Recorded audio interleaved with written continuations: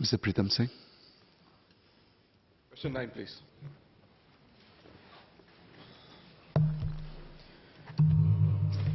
Mr. Speaker, Mr. Singh has asked about audit findings over two periods, 2009 to 2011, and secondly, 2018 to 2019, across our IT systems. If I could take his second query first. Major IT systems belonging to 85 agencies were audited over 3 years, from 2009 to 2011. Common finding from these audits was that agencies were not carrying out regular reviews of their system architecture and standards to make sure that there were no weaknesses and to bring them up to date with the latest available security systems. This has been addressed through the deployment of central IT infrastructure and common services whose architecture and standards are reviewed regularly at the whole of government level.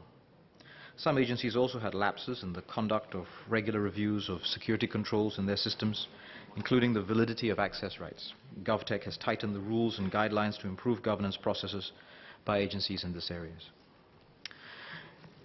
One specific type of IT lapse in the Auditor General's Office audit for financial year 2018 to 2019 and the preceding years is where agencies' processes depend on individuals to manually update and monitor areas like access and log management. Such manual processes can result in delays and errors. To address this decisively, the government will introduce systems to relieve our officers from carrying out these processes manually and reduce the likelihood of such lapses. We will systematically automate IT processes across the public sector to manage user access rights, review privileged users' activities, and review system logs. The use of automated solutions will facilitate compliance, but will still require supervision and oversight by our officers. Officers must also be alert to situations where IT lapses can occur and flag these up. Thus, we will also continue to raise IT security awareness and capabilities among our public officers. The Public Sector Data Security Review Committee, chaired by SMTO, will present its final recommendations to the government in November and will look into not just the technical measures, such as automation, but also process and people measures to raise data security across the public sector. Mr. Singh. I'd like to thank SMS for that reply. My question pertains to the second part of the original PQ, the 3-year-long IT processes audit that was carried out in the public sector. Just two quick clarifications. What was it prompted by, such an extensive review?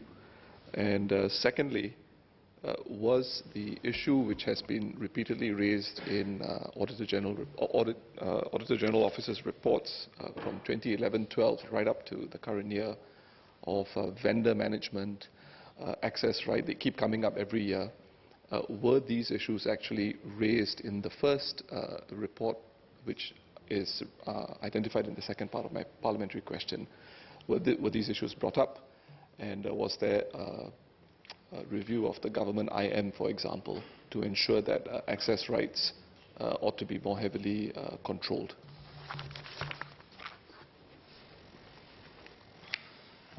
Mr. Speaker, I thank Mr. Singh for his questions.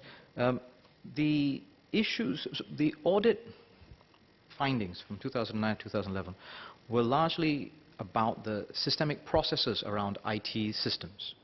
Did the agencies put in place the right kind of internal reviews, internal oversight? So it was a review over their processes. The commonality in the latest sets of findings were about largely whether individuals were able to easily comply with the processes that were there. Were there lapses in the manual implementation of processes and policies that were already in place?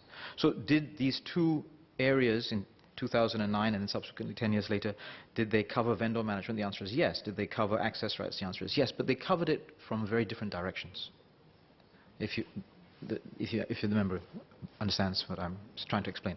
In the latter case, it was largely about the individual's ability to comply with sometimes very onerous, sometimes very complex policies.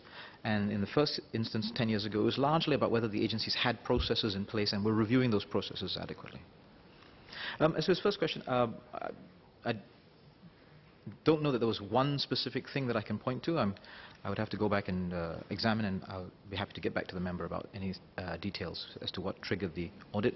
But my assumption would be this was part of the ongoing review that agencies and public sector agencies in particular will take around risk mitigation, and where areas of concern are flagged for a variety of reasons, and if there are systemic commonalities, then an audit will be conducted. But let me find out and I'll get back to him.